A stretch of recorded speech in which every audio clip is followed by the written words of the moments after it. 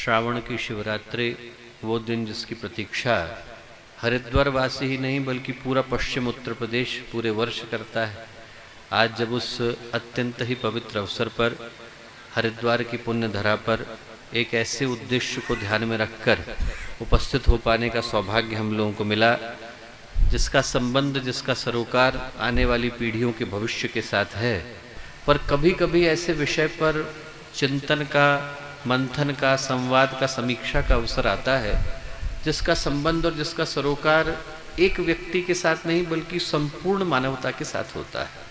हम लोग एक क्षण को अपनी आंखें बंद करें और ये सोचें कि वो हवा जिसके बगैर हमारा अस्तित्व संभव नहीं, बहने से मना कर दे, वो पानी जिसके बगैर हम लोग एक दिन भी गुजार नहीं सकते, वो दूषित हो जाए, वो मिट्टी जिससे निकलने वाले अन्न के आधार पर मेरा आपका सबका जीवन चलता है, वो अन्न देने से मना कर दे, तो उसका संबंध, उसका सरोकार क्या एक व्यक्ति के साथ होगा? वो एक व्यक्ति, एक परिवार, एक वर्ग, एक वर्ण, एक धर्म, एक जाति की समस्या नहीं है, वो संपूर्ण मानवता के अस्तित्व की समस्या है।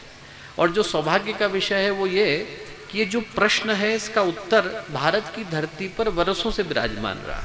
आप जरा सोचिए, आज वो सारे के सारे तत्व प्रदूषित नजर आते हैं। हवा जिसके ऊपर हमारा, आपका, हर व्यक्ति का जीवन निर्भर करता है, वायु प्रदूषित हो गई, स्मोग आ गया, तो 134% वहाँ के पर्यावरण के प्रदूषण सामान्य से ज़्यादा था।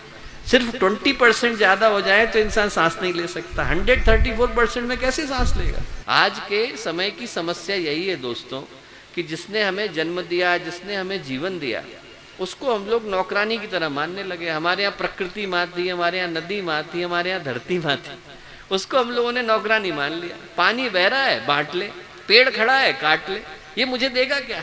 आदमी के हृदय में तुरंत जैसे ही ये भाव आया, जहाँ पर परमार्थ की जगह स्वार्थ का भाव आया, वहाँ पर प्रकृति ने भी अपने हाथ समेट लिए हैं। सिर्फ उस चिंतन को बदलने की आवश्यकता।